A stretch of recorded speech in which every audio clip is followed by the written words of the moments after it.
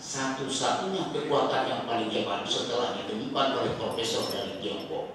Kenapa orang Islam di luar tidak kena penyakit itu?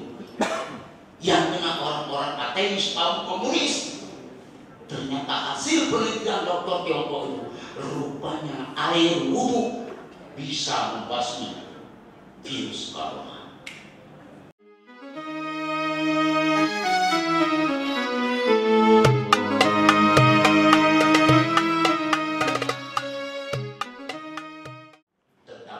Tukang parkir punya sifat yang bertanggung jawab, yaitu amanah.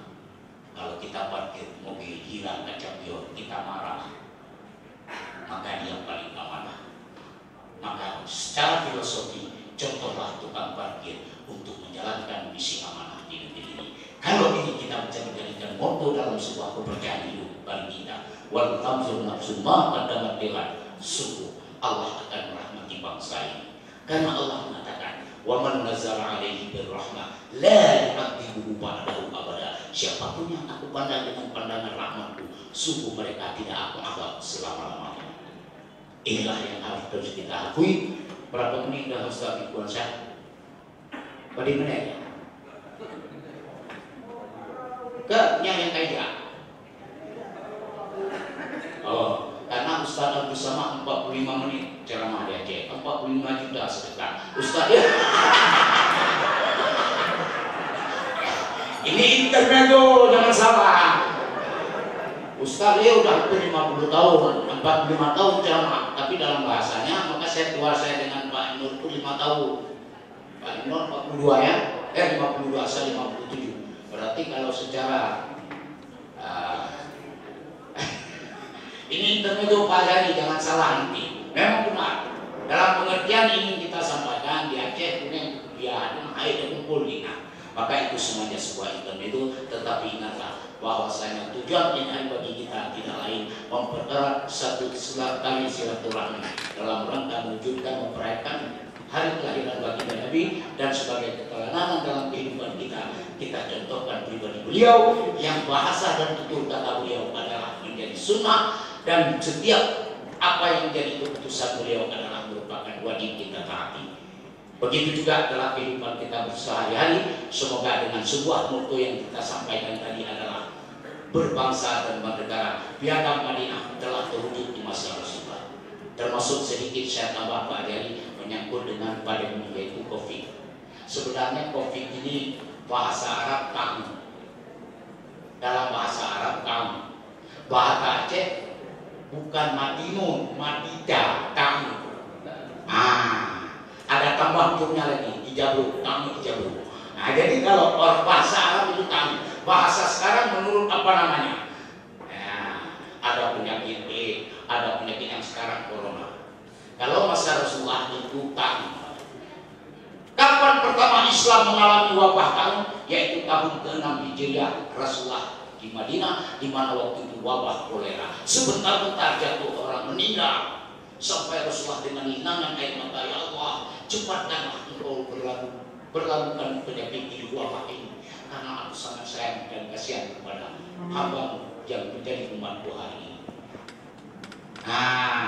Wabah yang paling besar kapan? Tahun 17 Hijriah. Siapa waktu itu yang menjadi khalifah? Umar bin Khattab.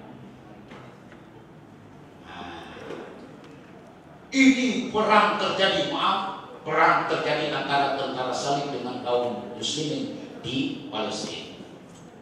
Berjatuhan, bergelimang. Dalam riwayat dikatakan 250.000 jenazah tergeletak kedua belah pihak. Tidak mampu lagi dikuburkan. Maka timbullah penyakit yang disebut Amwas. Tahun yang paling besar di masa Khalifah Umar bin Khattab. Siapa gubernur Palestina saat itu? Yaitu negeri Syam, Abu Ubaidillah bin Jarrah. Dengan sebab wabah itu menyurati Khalifah Umar bin Khattab ini, maka kita harus ingat apa Rasulullah hebat dalam masalah kedokteran. Lalu Umar bin Khattab berangkat dengan pasukan Muhajirin dan Ansar. Pertemuan mereka diadakan di Isra antara perbatasan Mesir dan Palestina. Apa harapan daripada Abi Ubaidillah penjara. Wahai khalifah, berkunjunglah ke negeri kami yang sedang ditimpa musibah. Lalu Umar bin Khattab menanya pendapat para Ansar dan Muhajirin. Bagaimana pendapatmu wahai Muhajirin? Jangan ya khalifah, itu daerah wabah. Lalu ditanya kepada kaum Ansar, bagaimana pendapatmu wahai Ansar? Kamu seorang presiden, itu adalah hak rakyat yang sedang menderita dengan penyakit wabah ini. Datanglah. Sedang terjadi perselisihan itu, datanglah Abdurrahman bin Auf. Apa kata Abdurrahman bin Auf? Ya Khalifah, Rasulullah pernah mengatakan, jika kamu melihat wabah, larilah seperti dikejar singa. Dan jika kamu berada di tempatnya, jangan keluar. Dan bila kamu keluar, jangan masuk. Artinya isolasi sudah ada dari pertama dari Rasulullah. Maka hebatlah Rasulullah itu tidak ada tandingannya. Nah, maka saat itu apa yang diucapkan oleh Khalifah Umar bin Khattab? Wahai sahabatku, wahai Abu Ubaidillah penjara, engkau sebagai gubernur, kembalilah ke negerimu, ke provinsimu, dan aku akan kembali ke Madinah. Dan kami yang ada di Madinah seluruhnya aku perintahkan untuk mengadakan qunut nazilah. Nah, ini yang kita harus ambil. Makanya bapak-bapak dan ibu-ibu dan adik-adik generasi muda, tahun yang sebenarnya ini kita harus kembali kepada hakikat, walaupun protokolnya kita itu. Ustaz pakai masker, malah ini hari seragam, ini bahkan harus bayar mahal Pak Azhari. Saya pakai NU, rida NU, kain NU. Saya cari tadi ini masker harus sesuai dengan warna NU. Nah, dalam artian apa yang ingin saya sampaikan? Wabah ini tetap ada. Waspadalah.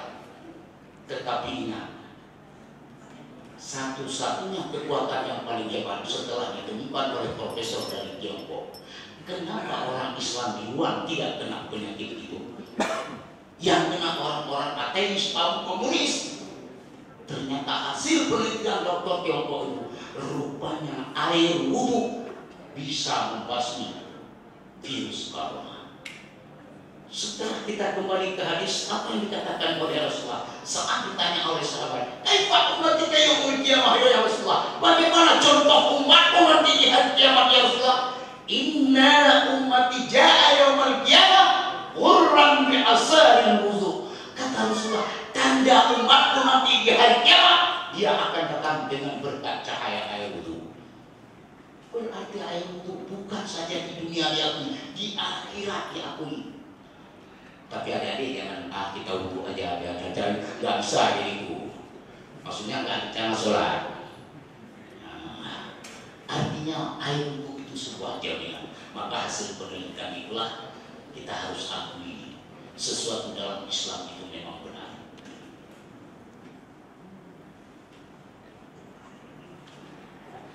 Maka semuanya dengan memperingati Maulid Nabi ini hari atas nama keluarga besar Badan Koordinator Forum Kader Bela Negara. Arti bela negara seperti tadi harus tidak menyangkut dengan intasi, tetapi setiap jiwa pribadi insan itu adalah berkewajiban untuk membela negara. Oh, saya tak mampu berperang, maka kata Imam Syafi'i, jika ada 4 perkara pada diri kamu, maka langgenglah kehidupanmu di tengah kehidupan umat. Yang pertama, kamu punya tempat. Ada tempat, walaupun rumah sewa, tetapi ada tempat. Artinya orang punya alamat. Jangan seperti Bapak TNI bilang, saat parade capek-capek cinta tanah air, air nggak punya, tanah nggak punya air, beli bilang ya, makanya insya Allah sekarang program pemerintah bagus. Artinya apa? Dulu kalau jadi pegawai baik sipil maupun TNI Polri susah dapat rumah. Udah uang kredit payah keluar. Sekarang karena ada sebuah jaminan yang bagus, semua prajurit bisa ngambil uang buat rumah. Yaitu ini satu kelegaan dalam kehidupan. Maka yang ingin kita katakan bahwasanya kita ini hari kata Imam Syafi'i punya tempat. Yang kedua, setelah punya tempat, punya harkat, artinya punya usaha, tidak mesti kerja tetap. Ini sedikit Pak polisi dan TNI, kami susah gara-gara balik nama. Kalau dulu wira swasta, ini sekarang harus petani misalnya. Arti wira swasta padahal cocok gara-gara wira swasta tak dapat BLT. Ini persoalan. Dipikir wira swasta orang serba bisa. Saya rasa Ustadz yang paling serba bisa di semua ini cuma Ustadz itu. Serba bisa artinya. Saya di mana aja cuma karena seperti kata Imam Syafi'i rahimahullah, sekiranya tidak menurunkan zat ulama, sungguh aku lebih piawai daripada seorang pujangga. Ini bahasa Imam Syafi'i ya. Nah, sudah punya harkat, artinya punya usaha. Yang ketiga, punya ibadah. Nah ini tiga.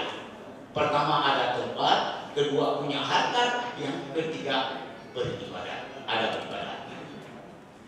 Wah, sudah pateni. Yang terakhir kata Imam Syafi'i, kamu bermasyarakat. Ini empat perkara. Maka langgenglah kehidupanmu di tengah umat itu.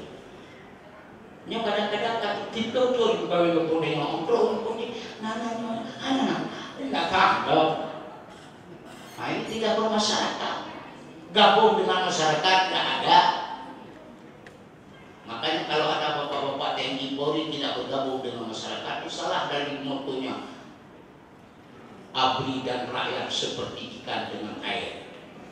Nah, itu tidak salah moto kalau nggak bersatu dengan rakyat. Maka ini hari apapun yang terjadi suksesnya sesuatu dengan ucapan daripada seorang Jenderal Panglima Besar, Jenderal Sudirman, apapun yang terwujud ini hari bukan adalah kesuksesan satu orang, tetapi karena kesuksesan kita bersama dalam wujud perekat bersatu, berbangsa dan bernegara. Inilah yang akan Ustaz sampaikan. Insya Allah ada 4 perkara lagi yang akan Ustaz sampaikan. Kami tunggu setelah pesan-pesan berikut ini. Amin ya rabbal alamin. Demikianlah Bapak-bapak sidang yang dirahmati Allah. Mohon maaf atas segala kerancangan ucapan daripada Ustaz. Ini adalah merupakan Quran saya sendiri. Setiap kebenaran adalah milik yang hak Allah Subhanahu wa taala. Pada sidang yang saya mohon maaf kepada Allah kita minta ampun. Akhirul kalam hadanallahu wa iyyakum ajmain. Wassalamualaikum warahmatullahi wabarakatuh. Waalaikumsalam.